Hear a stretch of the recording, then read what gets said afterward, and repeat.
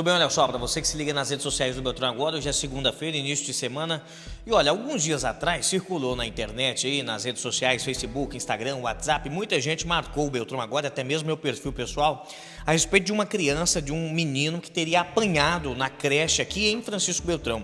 Uma creche particular onde a sua mãe teria colocado, e essa criança então apareceu, com marcas no rosto. Você está vendo as imagens aí? Essa é a criança, o vídeo que foi publicado nas redes sociais pela mãe. E hoje nós conversamos com essa mãe, a Dandara, e também conversamos com o advogado que responde aí em nome da creche que está sendo acusada dessa agressão, né? Você vai acompanhar agora a entrevista que nós tivemos com a mãe da criança, a Dandara Rosseto. Acompanhe. O início foi que eu coloquei o Luca para estudar lá. Foi uma semana, na verdade, que ele foi. Ele foi de segunda a quinta-feira. Na quinta-feira foi a primeira vez que eu notei uma marca de agressão nele. Nessa quinta-feira foram 3 marcas do lado esquerdo. Então ali eu vi que foram marcas, mas não, na hora eu não constatei que foi agressão. Tanto que a gente conversou com a minha mãe e ela falou da possibilidade de eu ir para o hospital. Mas eu, na minha cabeça, eu não queria acreditar. E eu falei que não, que poderia realmente ser um tombo, que nessa vez, nesse ocorrido, ela me falou que foi um tombo que aconteceu lá na casa dela. Então não fui na delegacia, não fui no hospital, não fui em lugar nenhum. Então na segunda-feira ele retornou para a escolinha. Como a gente estava desconfiado, eu tentei pedir para ela, na verdade, para colocar meu menino mais velho para ir lá nessa data em específico. Como a gente estava desconfiado, meu menino, como ele tem 6 anos, ele poderia relatar se ele visse algo. Então ali eu pedi para ela, posso levar o Nicolas nesse dia para ficar lá com ele, né? Porque eu falei que ele tava sem tata na época. E ela aceitou. Então nesse dia eu fui buscar o Luca e o Nicolas no final do dia, 6h30. Chegando lá eu vi o rosto do Luca com muita marca mesmo, bastante roxo. Marcas assim de pressão, marcas de dedo. E o Luca chorando bastante. Na época eu ainda peguei um Uber.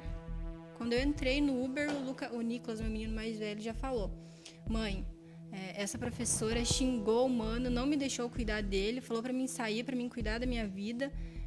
E isso, se alguém perguntar pro meu filho, ele fala claramente, que ele lembra tudo bem certinho.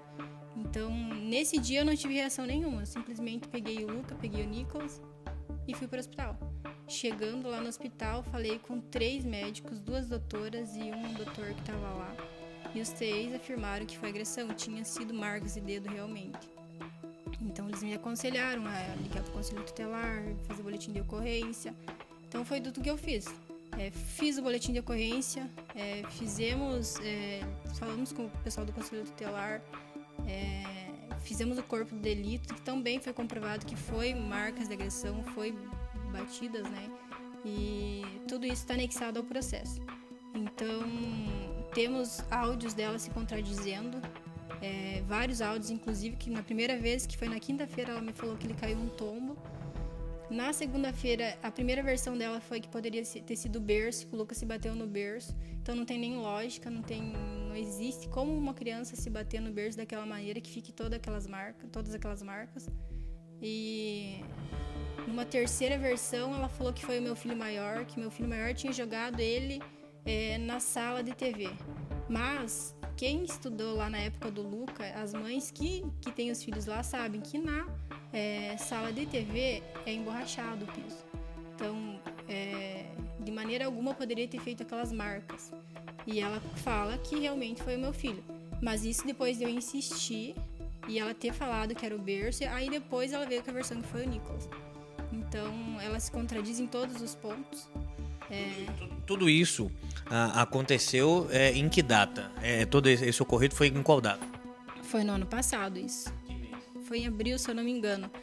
O que acontece? Que falaram, né, que foi arquivado em dezembro. Realmente foi arquivado em dezembro. Mas eu só fiquei sabendo agora, na sexta-feira que eu fiz aquela postagem. Por quê? Até então eu entrava em contato com a advogada que era responsável pelo caso na época e ela não me repassou. Então foi uma falha dessa advogada. Não me repassou na época e tinha sido arquivado em dezembro. Eu chamei ela naquela sexta-feira de meio-dia e perguntei: sabe de algo sobre o processo? Daí que ela foi me avisar que tinha sido arquivado. Então, pra mim, eu só fiquei sabendo naquela sexta-feira. Então, foi a data da postagem. Foi uma falha dela, realmente, que eu poderia ter entrado antes e teria entrado antes se eu soubesse. Então foi por isso, e a única coisa porque eu não entrei já na justiça naquela época lá para rever o processo, foi porque realmente eu não sabia. Então foi arquivado por falta de provas, que falta de provas não são, né? Porque marcas no rosto do meu filho já é a prova suficiente. Temos mais relatos com várias mães, temos um grupo inclusive, temos prints de conversa, temos áudios e temos vídeos. Então podem negar o quanto for que vocês quiserem, que forem necessário para eles, mas a gente tem provas. Então eu vou fazer o máximo possível para poder, ter justiça. Antes da gente caminhar para o fim dessa conversa, 2 pontos, né? Você fala que aconteceu na data, você já falou, você cita o tempo todo ela, né? Ela falava, você está falando de quem? Da professora ou da proprietária da creche? A professora e proprietária é essa senhora, que é ela, que em todos os relatos, inclusive com todas as mães, é a mesma pessoa que faz as mesmas agressões. Tanto segurando a criança para dormir pela cabeça, tanto tampando a boca da criança com fita durex, batendo na testa da criança. A gente tem relatos, orelha cortada. Então a gente tem todas as fotos e relatos. O que ela sempre nega, o que ela faz? Por que todas as mães, nenhuma denunciaram até então? A mãe chega até ela, pedindo o que aconteceu, ela desvia a história e realmente fala que não é isso que aconteceu, que a pessoa está querendo confusão, que nenhum dos relatos que a gente teve. Que ela falou pra menina, não, você tá se contradizendo, não é isso. Se você quer uma briga, confusão, vem e conversa direto comigo. Então ela tira a responsabilidade dela de cima da história. Em outra situação de outra mãe, que temos os áudios e as conversas e vídeos, ela colocou a situação, do que pediu o que tinha acontecido com a filha dela e ela nega, ela sempre nega, invertendo a situação. Nesse caso em específico, ela falou assim pra menina, a sua filha me conta que você bate nela todos os dias. Então o que ela faz? Ela inverte a situação para que ela saia como certa, só que não é isso. Todas as mães não denunciam porque elas sempre acham um jeito de se sair da conversa. Então eu fui a única que continuei com o processo e vou continuar até o final, mas junto dessas mães, no caso são 8 no total, temos um grupo. Então todas também estão fazendo boletim de ocorrência, todas estão no meu processo civil, então todas vão continuar junto comigo. A Dandara também falou qual que será os próximos passos dela aí para que se tenha justiça em relação a esse caso. Acompanhe.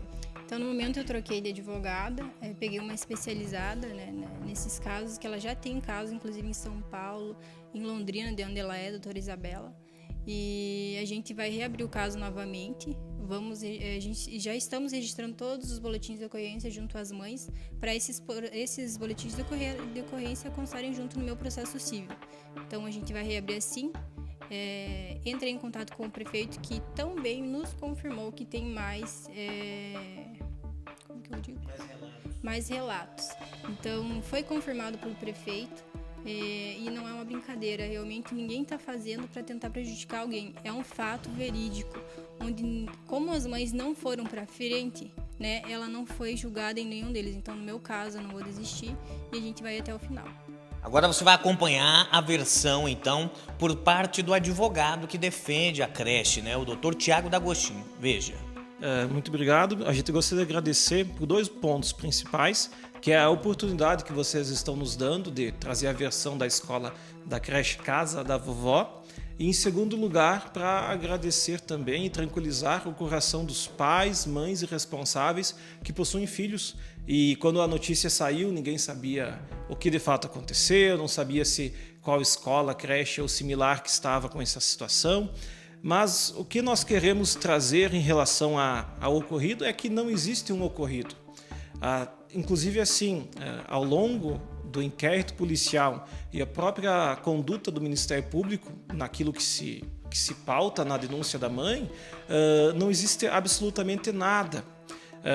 Não é que a criança não tenha o machucado, como se vê na própria foto, porém, não ocorreu nada na minha cliente, na casa da vovó, como também a origem pode ser das mais diversas possíveis. Inclusive, é com base nisso que o processo foi arquivado.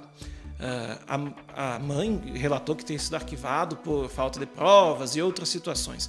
Mas, na verdade, é importante explicar algumas coisas que são relevantes para quem não é do meio jurídico, até para entender o que aconteceu. Existem fatos até que são curiosos, que esse fato, o boletim de ocorrência ele é de abril de 2022, então ele não é nem recente. E o processo ele foi arquivado ainda em dezembro. Então, agora em fevereiro, essa notícia surgiu como uma grande injustiça. Então, o que nós gostaríamos de explicar a todos, desde já? Lá atrás, quando houve esse boletim de ocorrência, foi mostradas essas imagens para a polícia começou a fazer a investigação, o trabalho dela. Ouviu o conselho tutelar, ouviu a médica do pronto atendimento, ouviu a equipe de enfermagem, coletou todas as provas e ouviu a responsável pela escola.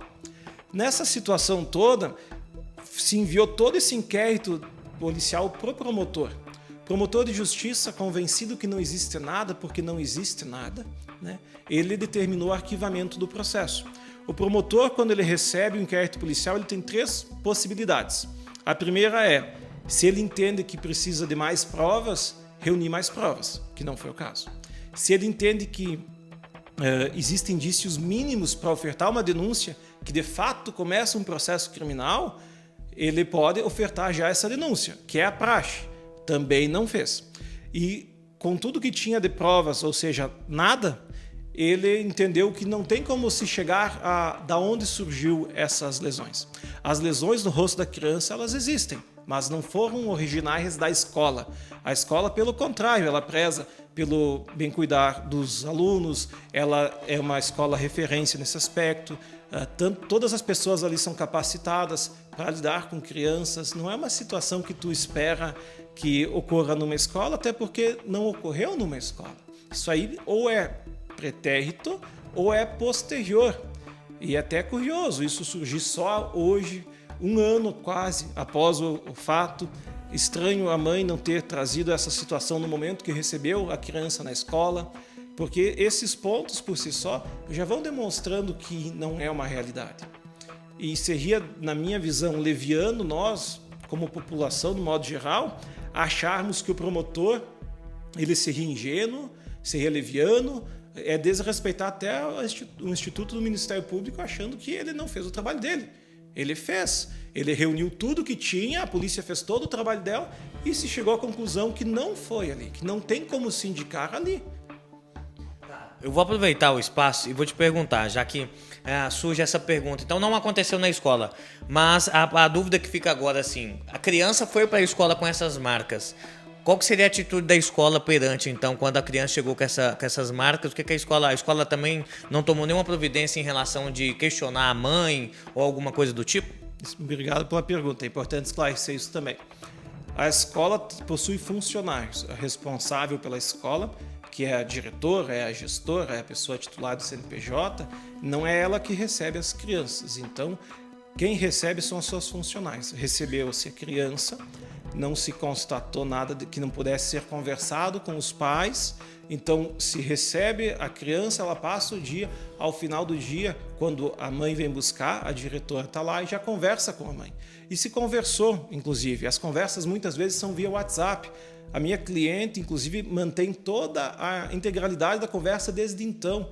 Na verdade, desde muito antes, até por, não deste caso em específico, mas da vida, é um conselho a todos, inclusive, manter as conversas no WhatsApp, até como meio de prova.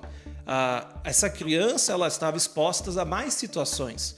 A gente não quer adentrar no mérito da situação da vida íntima, da vida do casal, da vida particular de cada um.